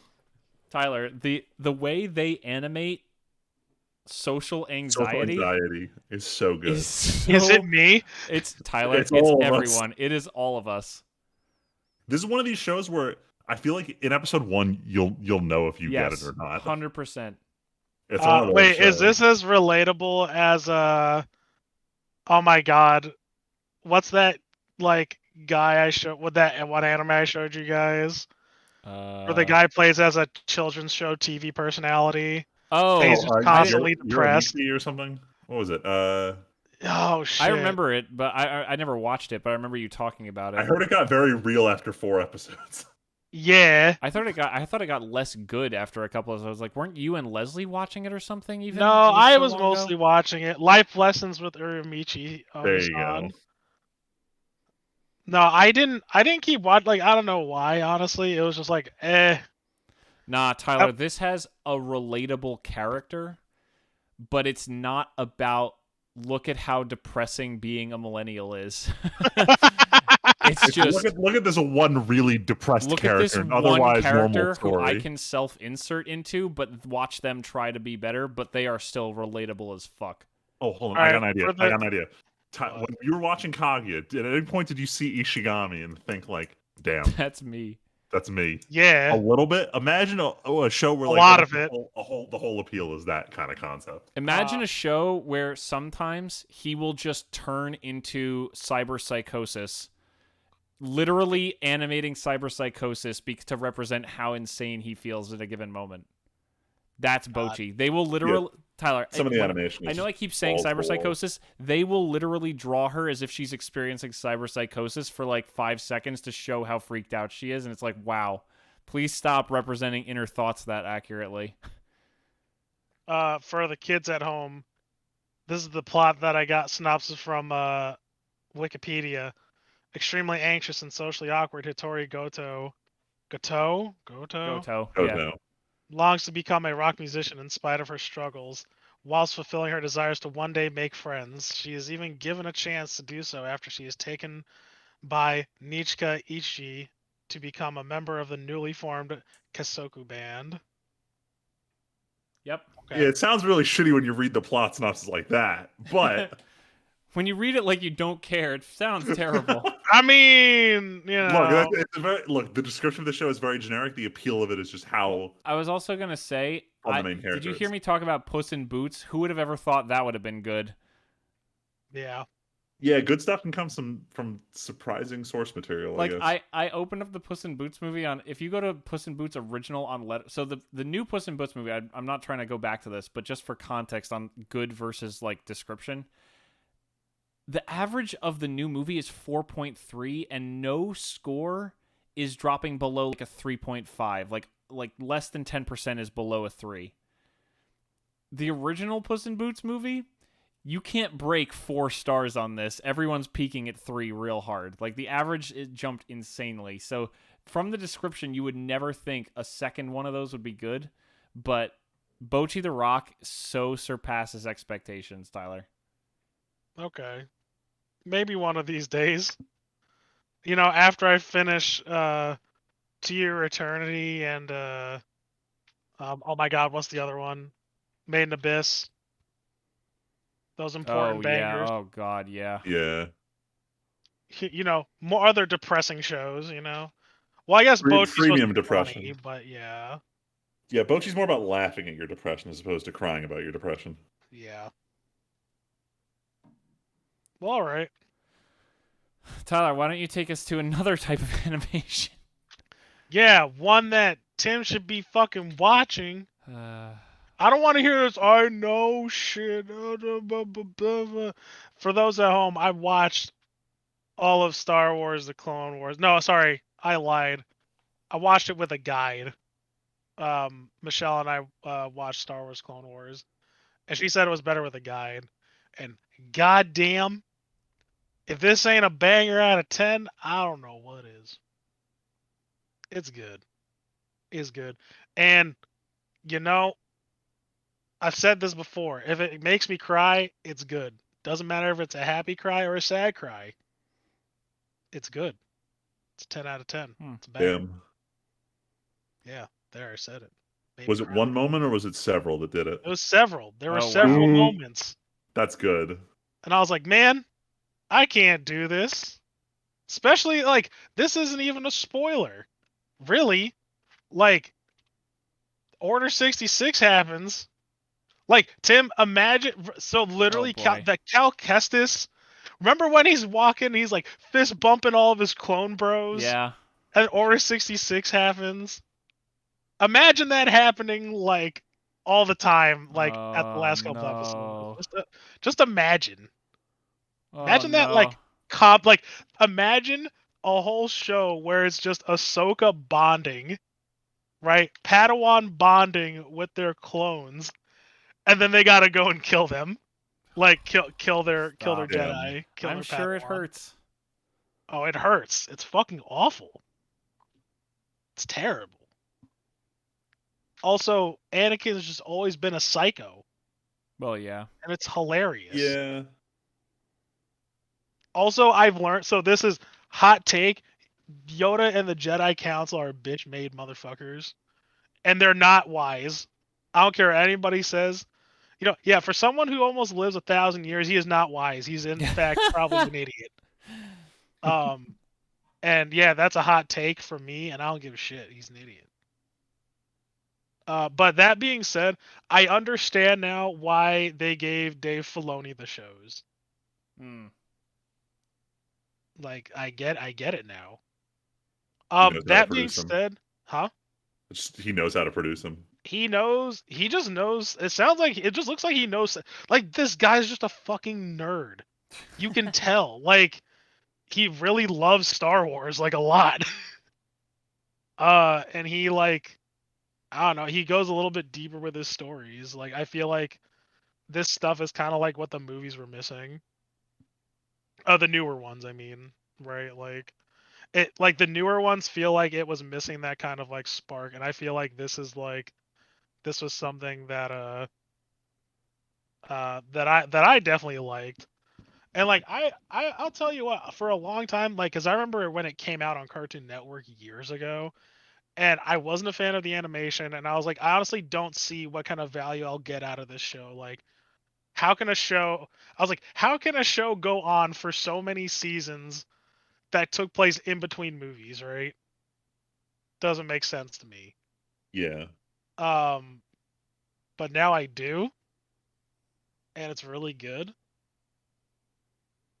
And yeah, that's all I really got to say about that. I'm a little late to the party, of course.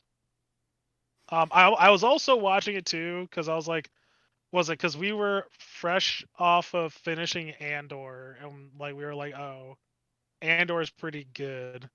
You're still And in the then Star Wars mood. yeah, we're like, and she's like, no, you should watch Clone Wars. I'm like, you know what? Fine, I'll watch Star Wars Clone Wars if we can find an episode guide, because I'm not watching all this shit. Like, it's like, Yeah, what was it season for the? one's rough, from what I hear. Yeah, I think we only watched like 6 to 8 episodes out of like the 24 episodes. Jeez. Yeah, it was we blitzed through that. But the further you get along, like the more episodes you end up watching. And we watched all of season 7 because she never saw season 7. Mm-hmm. So honestly, season 7, it's really about like I think it's 12, 13 episodes long, but like the first 4, no, it's 12. So first 4 episodes are all about like Ahsoka doing a thing. I won't say what because of spoilers. It's supposed to be like a filler tie-in thing. And then the second arc is to set up the Bad Batch show, right, on Disney Plus. Mm-hmm. And then the third arc is like what you're really tuned into season 7 for. Like that's it. That's where all the heartache comes in. Like that's where all the pain and suffering comes in. Um she wants me to watch Rebels next, and I'm like, I don't know. I'm like worried I'm gonna get burnt out, but we'll see. It'd be worth it to watch something else in the middle and then come back to it. Yeah, I was thinking about that. I watched the first 2 episodes. I'm like thinking of like picking up another show instead and coming back to that. Especially since I plan on playing was it the new Star Wars game next month? So It got delayed till April. Remember? Oh, I did. Oh, I didn't see that. Oh yeah, we didn't talk about it, but the new Jedi Survivor damn. is now pushed to end of April. Shit. Oh well. You know what? You know what? That's. Oh wait, no, that's not good. Oh Wait, shit, why? that's What else not is at the end good. of That's not April? good. No. Hold on. Why is it not good? Resident Evil 4. Oh shit. No. Shut the fuck up, Tim. No, I meant like oh no, as in like oh no, that is actually a Oh wait, concept. no wait. It's actually good. I thought it was coming out in April. Resident Evil 4 is coming out in March. Never mind. Yeah, So it's plenty of better. time to play it 3 times Better. before Now, deciding yeah. to Now you finish can it. get your third speed run in before the other game releases. Exact. See, you guys know me so well. All right, so I was bad and I zoned out during what did I zone out during? Chainsaw Man sales, kind of. And I saw that there's been like some footage released of like extended gameplay. Man, this game is very different Oh than what really? Resident Evil 4 is already. Like, I'm talking very different. And it looks pretty good. Can't wait for it. But yeah, back to Star Wars for a second. Yeah, no, it was good. If you haven't watched it, watch it, Tim. That's all I gotta say. I would love to find the time. Yeah, Timpedia, the Star Wars guy. You know, never saw Look, this. man, you might just have to wait a couple years and accept this might be a kid's show. Just wait until one of your Oh, kids it is watches not a it. kids show. I Okay, don't it's know not a about kid you. show. Don't show it to your kids. Yeah, don't. Like this is like a 13 and up show. Like I showed the scene to Tim where Ahsoka fucking beheads all Yeah. those like Mandalorians. that was yeah. Yeah. That was pretty rad. Yeah, I was like, this is I was like, this is what I came here to do. You know what? You know what isn't sick because we're really good at uh transitions. I should have talked about this when you were talking about Dead Space, but I finished Callisto Protocol. Yeah, it's not great.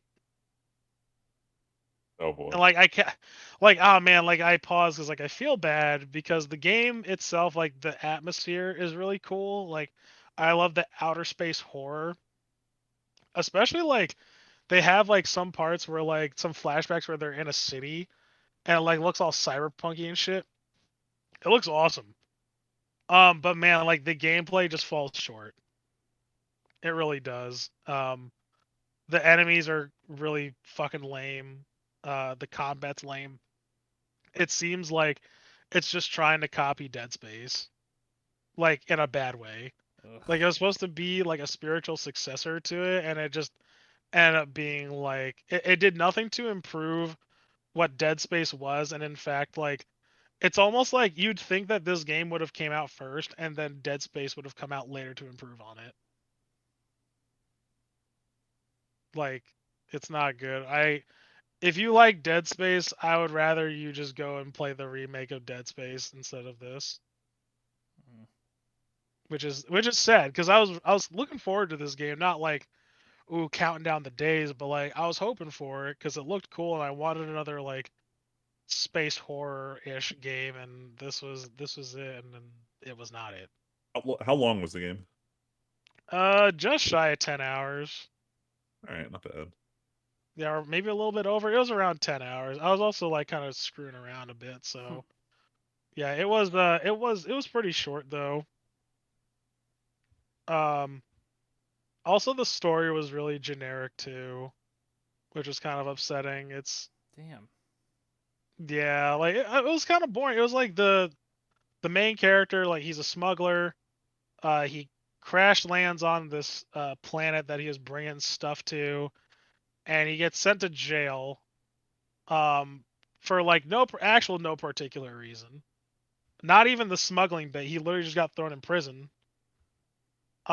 Which I think is kind of funny. And it turns out everything's connected because big corporation wants to make a weapon out of this stuff that they found like in an ancient crater somewhere. Sound familiar? Um, yeah. So I don't know. Didn't like a bunch of the creative people from Dead Space go work on this too, which is even more They disappointing. did. Actually, it was fucked up. I forget which reviewer I watched. It might have been either G-Man or Yahtzee, but like one of them was like, yeah, because they mentioned like half the creative team went over to this, and clearly we found out which was the better half and which was the worst. I was like, damn, Damn. damn. It's like that's fucked up, but it might be true. But yeah, I don't know. It sucks. And then I watched, and I've been going on too long. I watched Strange Days. I was looking around to see like what kind of like cyberpunk movies are around because I'm also reading the Sprawl trilogy still by William Gibson, like slow rolling that. So like one day I was bored and this was on the list. It's called Strange Days. It has brain dances in them. I don't know if you Ooh. guys know what this is. Tim might. What? Brain dances or the movie? Brain dances. Haven't you talked about it before? Did I talk I about thought it brain came up during dances? when we talked about cyberpunk. Oh yeah, probably. Well, you guys should know from oh, they didn't really go into it in Edge Runners, I guess.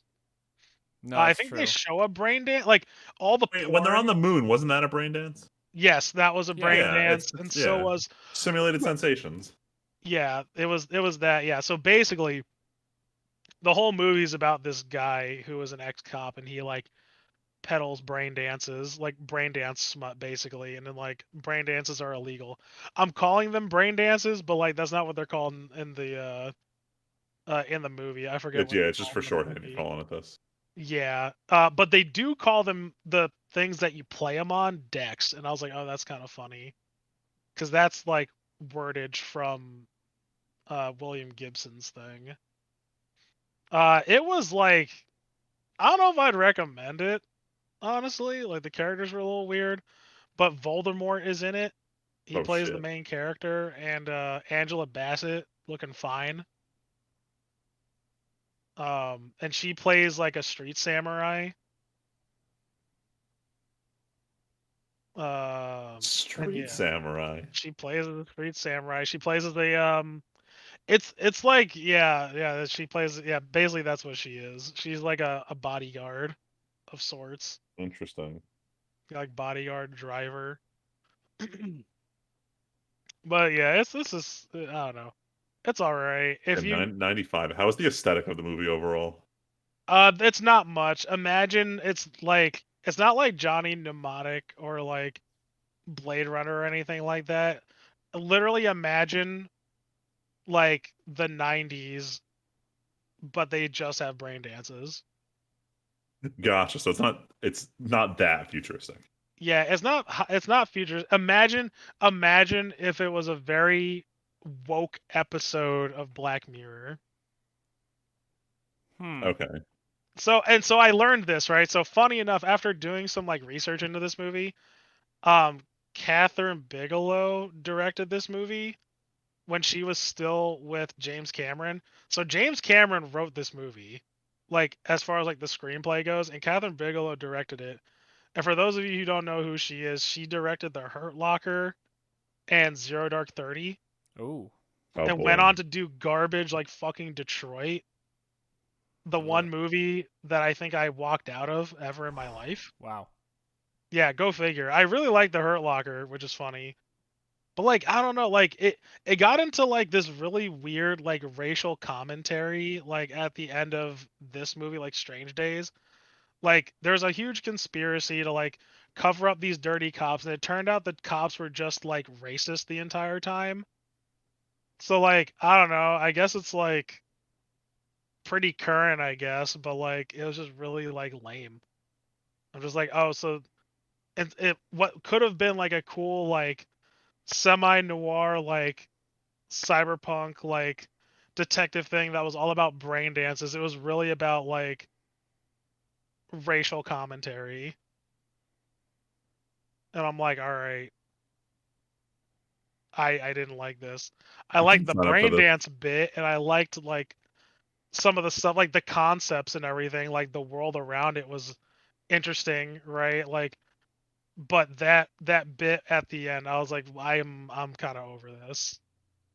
I don't like political racial commentary like that. I'm just kind of annoyed by it. Especially 90s political racial commentary. Yeah, don't like it.